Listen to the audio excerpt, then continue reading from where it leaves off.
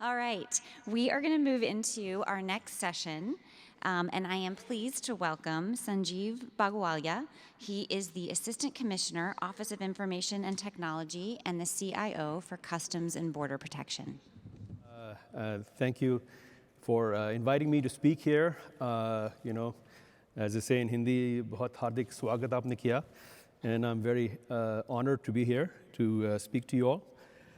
We are doing some amazing things in, let's see if the thing advances. All right. Let's try the next one. Which way? This way?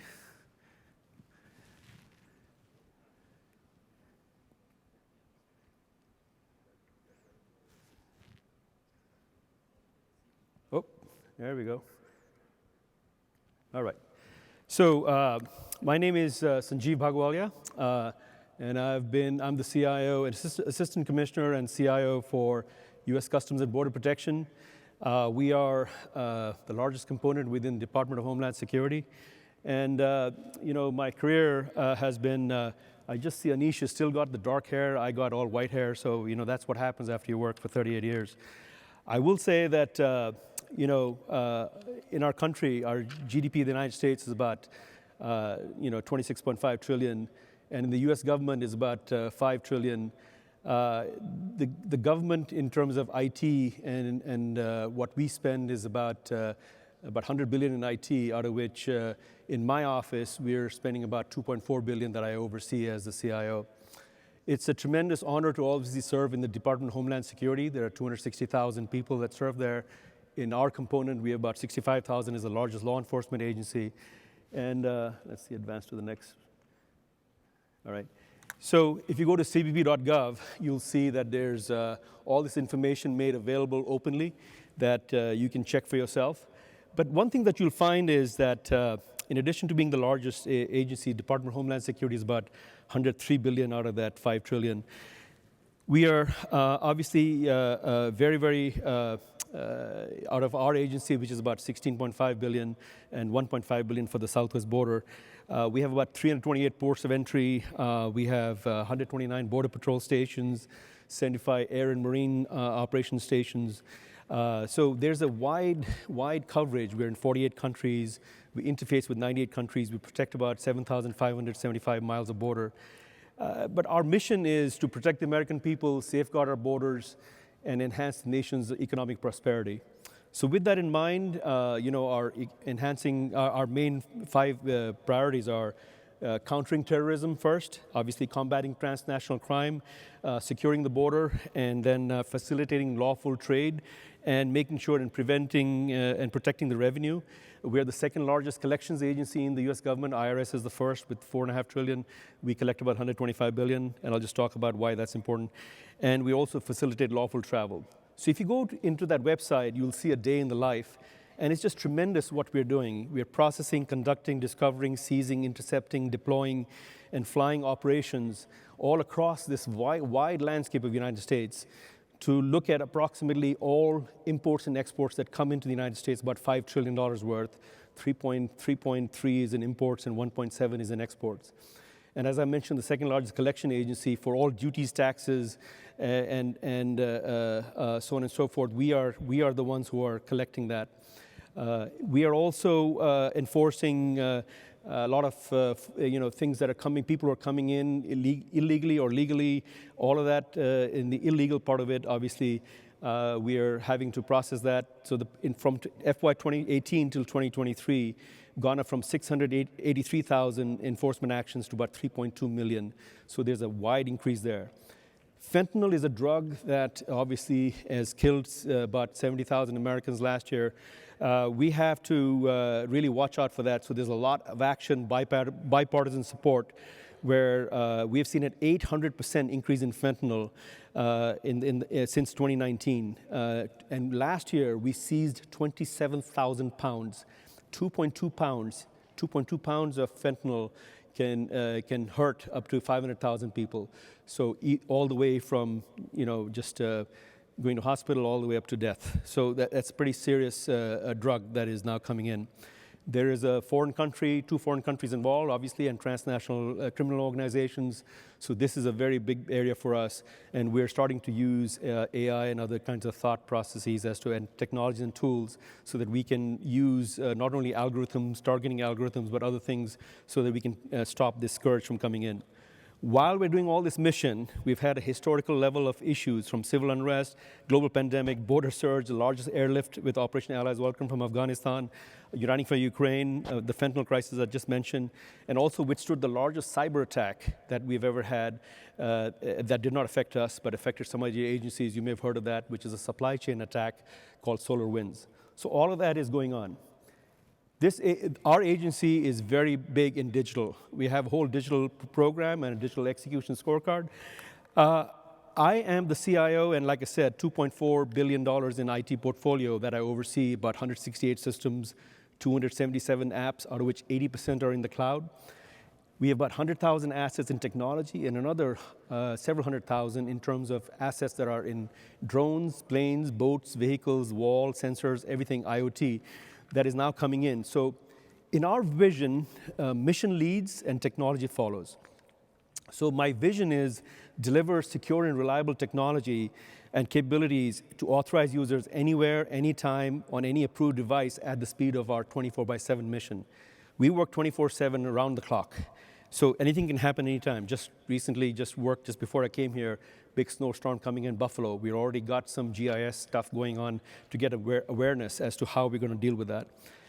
There are 4 mission outcomes that I'm desiring, which is get the mission done faster, better, more affordably, and more securely. By the way, I've written it on all of my piece of paper, so there's no AI involved. This is AI-free zone. This is actually real thought and real work, because Sharma Saab ne bataya कि you must, do a good speech. So I said, chalo yaar, main likhta hu. I'll start writing all this stuff out. So I'm sorry I can speak in a couple of languages. So anyway, there's a lot of stuff. So you still got to have your noggin work a little bit. We have about 8 to 10 billion transactions a day, about 40 billion data exchanges, about 500 terabytes flowing through our network every day. Why is all this important? These year in review reports I'm sharing with the American public to show that some of the work done by government and industry is bar none. I have been a senior principal engineer in a Fortune 20 company, in Boeing company. I was an assistant director in the FBI. I've been obviously a CIO of Interior Department, CIO of State of Hawaii, also ran White House programs. That's why I know Anish from back then when we were supporting him at GSA. I'm also CIO of Treasury Department and now CIO of Customs and Border Protection. As the first Indian American, by the way, also at all of these jobs.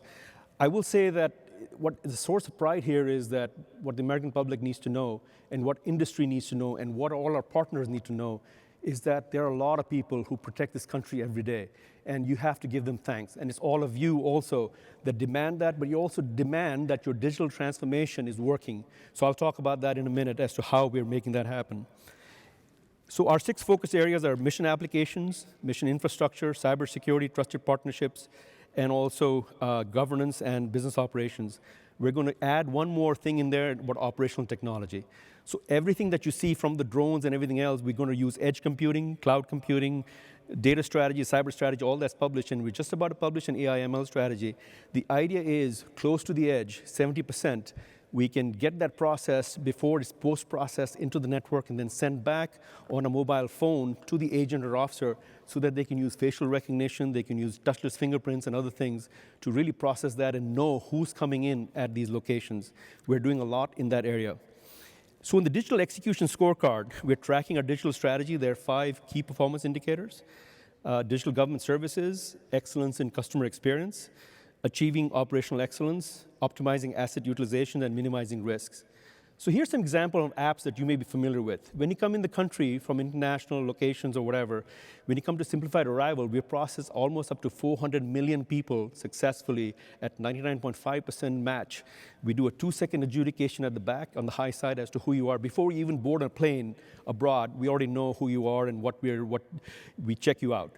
We have found 2,000 imposters from coming into our country, including terrorists, criminals, and all kinds of stuff, all through facial recognition. We do a facial comparison algorithm to match against travel photos to what you provide in our holdings. So biographic plus biometric, and now we're going to add a second biometric of touchless fingerprints. How many of you have used global entry? Anyone? Okay. Well, we have good news for you.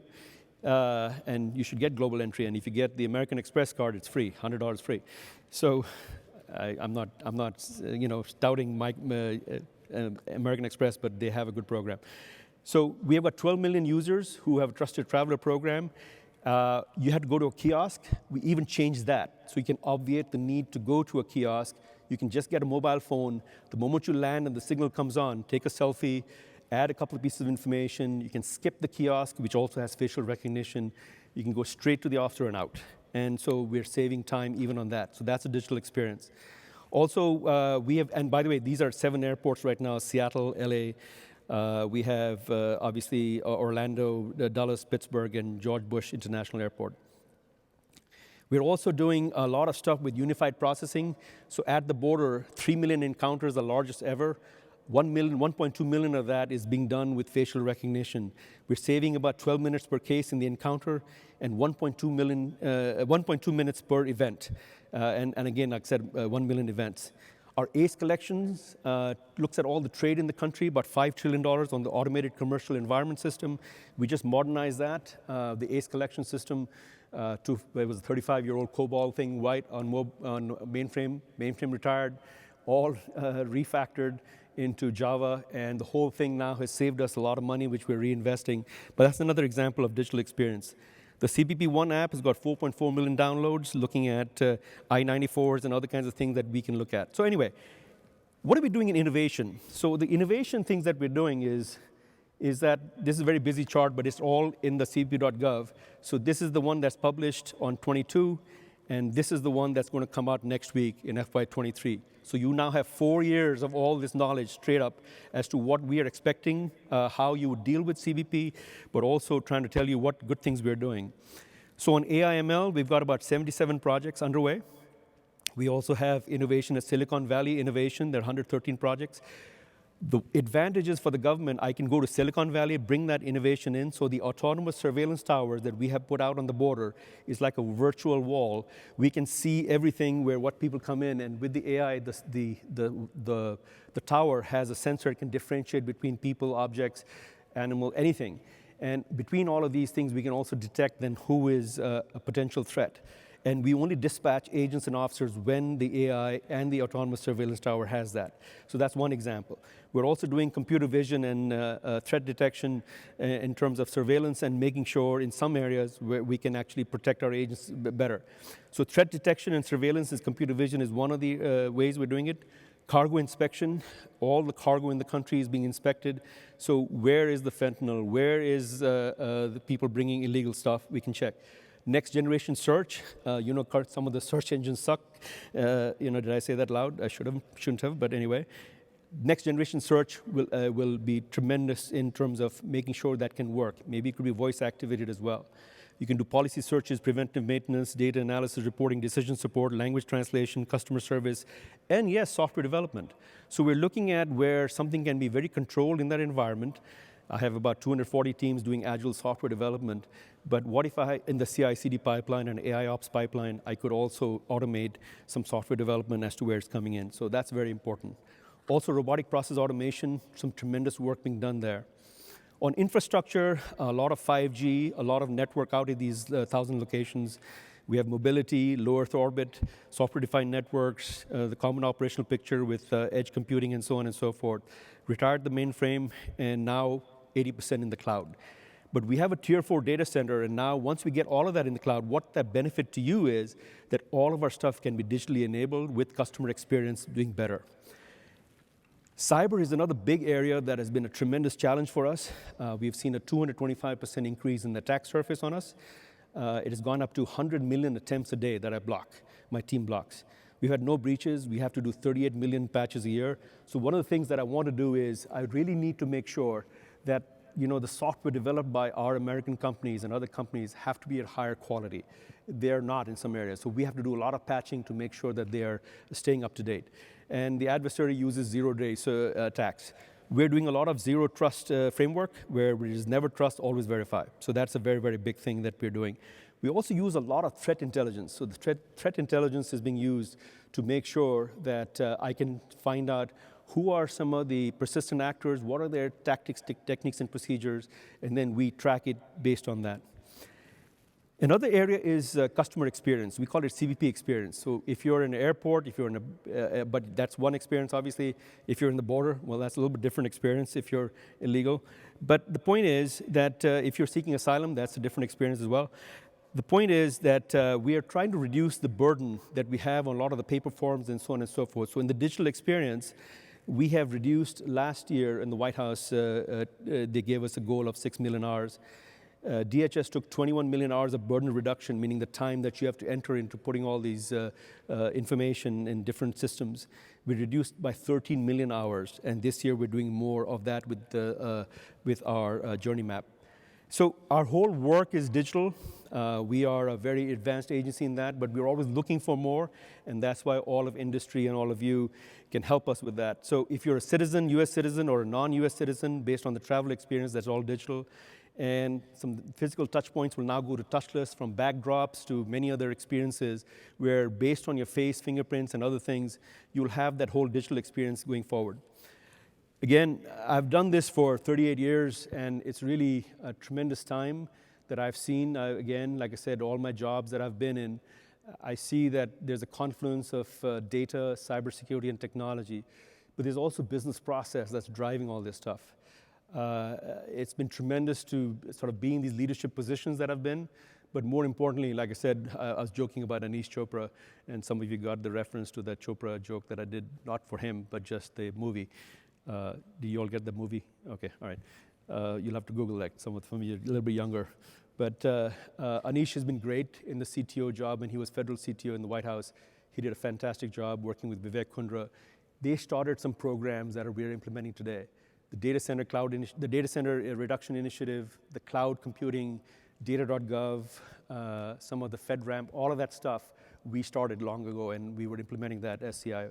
I've seen this tremendous opportunity, but I've also seen that a lot of you of Indian descent have now made it to different levels. Some of us, we were the first where we were told that you can be in one room and not in the other room. You could be in the technical room, but not in the management or leadership room. So some of us have broken that barrier and the ceiling, and I'm so happy to see all of you be so successful.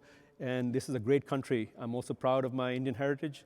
I'm obviously very proud to be a Hindu as well, but I'm also very proud to be an American and really serve this great country. It's given us a lot of opportunity. So with that, I'm going to stop and take some questions, I guess, or I can talk about anything that you want, because obviously, I have done this for many, many years. So thank you very much for your time, and I think I'm on time, or I got 5 minutes, or something like that. Let's see. Do I have time? Okay, all right, well, thank you.